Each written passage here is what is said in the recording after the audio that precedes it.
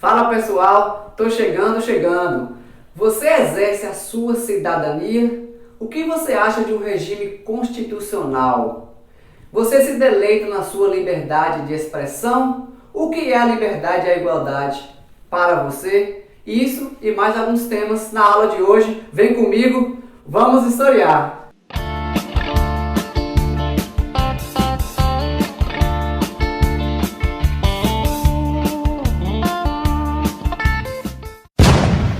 Fala pessoal, professor Anderson na área, sejam bem-vindos ao nosso canal Vamos Historiar. Se você exerce a sua cidadania, o seu direito de ir e vir, a sua liberdade de expressão, o seu direito ao voto, tudo isso aí bebeu muito na fonte do nosso assunto de hoje, que é o iluminismo. Mas o que é esse tal de iluminismo? O iluminismo foi um movimento intelectual, cultural, científico e filosófico do século XVIII, que inaugura aí o liberalismo político e econômico e serve de base aí para as revoluções burguesas, como por exemplo a Revolução Francesa, a independência dos Estados Unidos, os movimentos separatistas aqui no Brasil, como por exemplo a Congregação Mineira e Baiana, a Revolução Pernambucana, serve também, influencia em muitas independências aqui na América em geral, não é? E também algumas constituições como a nossa, as primeiras constituições e como a nossa Constituição atual. Então, por isso, um assunto muito importante.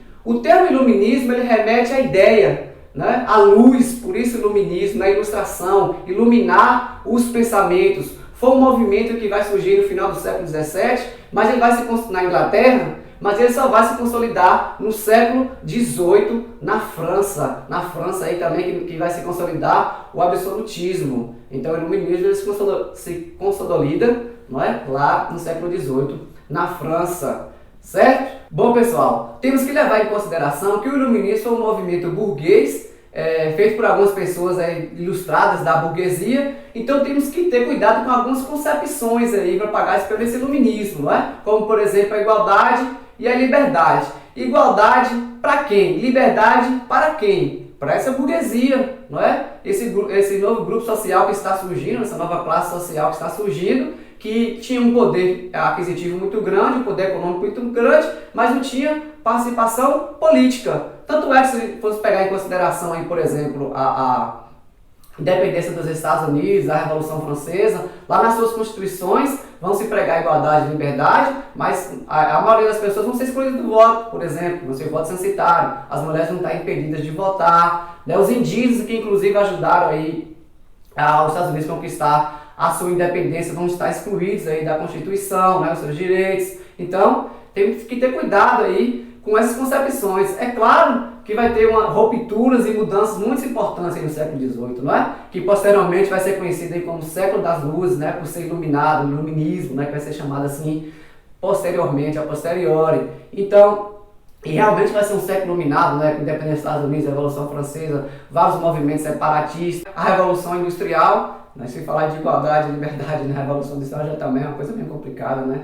Trabalhadores trabalhavam horas excessivas, né? Inclusive mulheres e crianças sem direitos, alguns direitos trabalhistas, né? Então temos que ter cuidado com essa ideia de igualdade e liberdade, né? Se trazer aqui hoje para a atualidade, por exemplo, são todos iguais perante a lei, mas se eu for, por exemplo, um deputado, eu posso ter privilégios, não é? Somos todos iguais, mas possa ser que ainda tenha, possa ser não, né? Tem ainda muitas crianças que ainda têm acesso, por exemplo, à educação, à escola, não é? Então temos que ter cuidado aí. Estamos falando, claro, do século XVIII ainda, não é? Um século que está vindo lá de séculos XVI, XVII e XVIII aí de absolutismo, então necessariamente vão ser mudanças significativas, não é? Importantes, mas temos que ter cuidado aí com esses ideais, com essas palavras, com essas concepções, certo? A característica base do iluminismo vai ser o racionalismo, sempre ligando a razão à luz, não é? O homem como ser pensante, ele pode controlar e dominar essa natureza, claro, com responsabilidade. E diferente aí do antropocentrismo aí proposto lá no Renascimento, que teve de certa forma uma conciliação entre a razão e a religião, a fé, o homem não conseguiu se desviciar de fato aí dos seus dogmas religiosos, não é? Não teve essa separação de fato. Já no iluminismo vai ter esse rompimento entre essas esferas, não é? Vai ter essa cisão entre essas esferas. No iluminismo, No Renascimento vamos encarar mais assim como uma transição. Já no Iluminismo uma ruptura, não é? O homem vai ser extremamente racional, chega a ser ter um racionalismo radical, não é? Perpassando aí pelos campos políticos e econômicos, certo? Indo na linha aí do humanismo, né? O homem como centro, o ser humano ele poderia produzir conhecimento com o uso da razão. O ser humano poderia sair das amarras do teocentrismo. Os iluministas acreditavam aí no progresso da ciência e no avanço tecnológico. Vamos ter aí o cientificismo e o uso do método científico como busca de soluções para os problemas, não é? Através da experimentação, da observação, da investigação. No caso, a experimentação é ligada ao empirismo, não é? Para se alcançar a solução desses problemas só com a razão e a ciência para atingir essas soluções, só com a razão e a ciência para se atingir o progresso. E nessa perspectiva, vamos ter aí os enciclopedistas, não é? Diderot e D'Alembert, não é? Que vão elaborar aí a enciclopédia, aquele livro, vocês já devem ter visto, naquele livro grosso, não é? E nesse livro vai conter vários assuntos, né? Nos seus verbetes, assuntos de medicina, de filosofia, história e vários outros temas, não é? Para que não bastava só produzir o conhecimento, ele tinha que ser divulgado, ele tinha que ser acessível. E esse era o objetivo principal desses enciclopedistas, não é? Como você conhecidos aí, Diderot e D'Alembert. E outros que estão envolvidos aí no envolvimento dessa enciclopédia. Um livro grosso, grande, que tinha que falar um pouquinho de cada coisa, né? Que as pessoas tivessem acesso ao conhecimento, não é? Como eu falei, não só produzir, divulgar, não é? Deixar acessível, ok? Outra característica importante aí é o anti-absolutismo, não é? Os iluministas vão ser contra a estrutura e arbitrariedades aí do Estado absolutista, a questão social, a questão de nascimento, os privilégios, não é? Que vão se dar aí nessa sociedade absolutista. Para eles o absolutismo é um regime ultrapassado, não é? Por isso vai dar um adjetivo, na tempo pejorativo aí, absolutismo, que é antigo regime.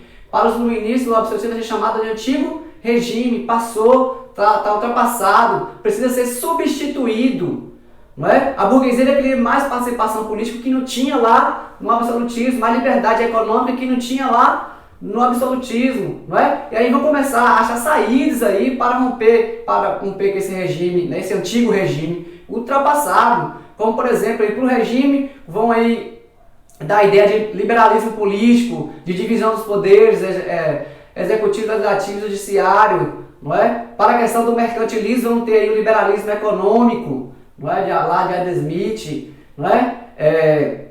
Para a questão da sociedade estamental, não é? A sociedade hierárquica do antigo regime, no caso do absolutismo, vamos ter aí a igualdade de direitos, né? Mesmo que essas opções aí não são as que a gente vai conhecer hoje, mas vai ser um grande avanço, né? Vão ter mudanças importantes. Então esses iluministas vão chamar aí esse absolutismo de um regime ultrapassado, um regime que tem que ter substituído, né? Tem que ser substituído e tem que ficar para trás, por isso chamado de antigo regime, ok? Outra singularidade aí desse movimento vai ser o anticlericalismo, né?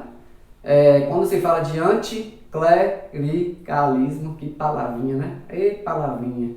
Está se falando aí da ruptura ou da cisão com a igreja católica, não é?